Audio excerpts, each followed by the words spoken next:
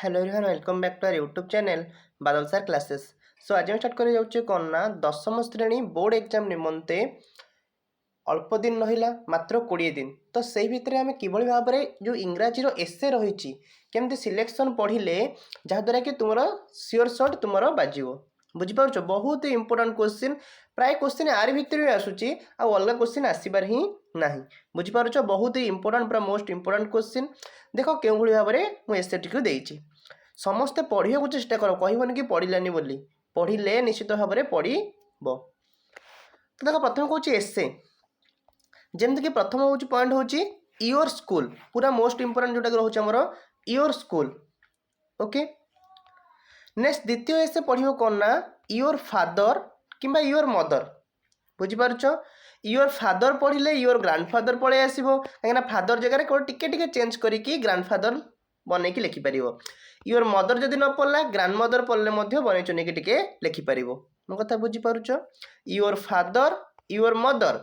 Grandfather grandmother एकाठी देती जहाँद्वारा कौन तुम्हें गोटे जोड़े पढ़ला आउ जोड़े कौन ऑटोमेटिकली आसीज बुझीपारुच बदले केवल से लिखिले आसीज। नेक्स्ट हूँ कौन हेडमास्टर योर आइडियल टीचर गोटे ये हूँ गोटे फर्माट गोटे केवल गोटे पढ़ीदे एतक जिते भाव कि एत जिनस एत देनी गोटे पढ़ीदे आराम से इजिली हो बुझीपार यापर आप्लिकेसन देवी लेटर देवी तेणु जल्दी जल्दी पिला चैनल को सब्सक्राइब कर रख जहाँफल कि सब सब्जेक्टर प्रश्नपत्र पाइपर।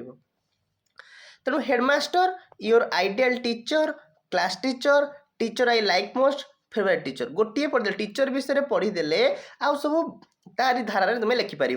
क्वेश्चन एका आसो आइदर फेवरेट टीचर पढ़ी पारे कि चेंज करके टीचर आई लाइक मोस्ट पढ़ी पारे कि क्लास टीचर पढ़ी पारे कि योर आइडियल टीचर पढ़ी पारे कि हेडमास्टर पढ़ी पारे क्लियर।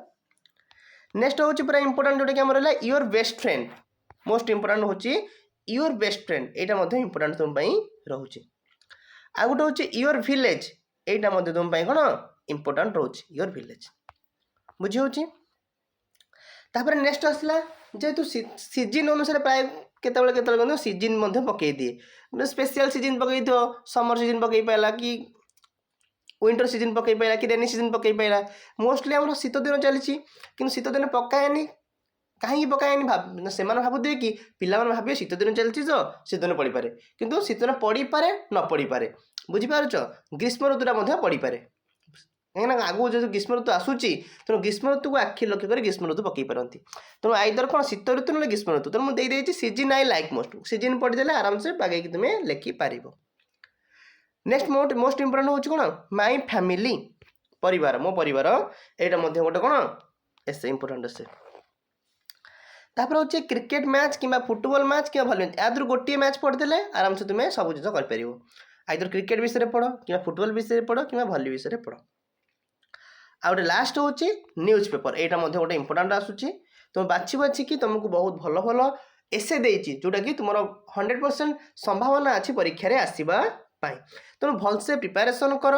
ये 10 दिन भितर तुम पूरा वर्ष जाकर फल तुमको कौन मिलवा जाऊँगी तेणु कहीं डेरी नक समस्ते पढ़वे लग जाओ। आशा करुच्ची आपको भिडियोटी भल लगी जदि आपको भिडियोटी भल लगी निश्चित भाव में भिडियो को लाइक कर चैनल को सब्सक्राइब कर और मोस्टली सांग मान सहित सेयार करनी। Thank you so much. यापर मु लेटर देदेवी आप्लिकेसन देदेवी और रिपोर्ट राइटिंग देदेवी okay. Thank you so much.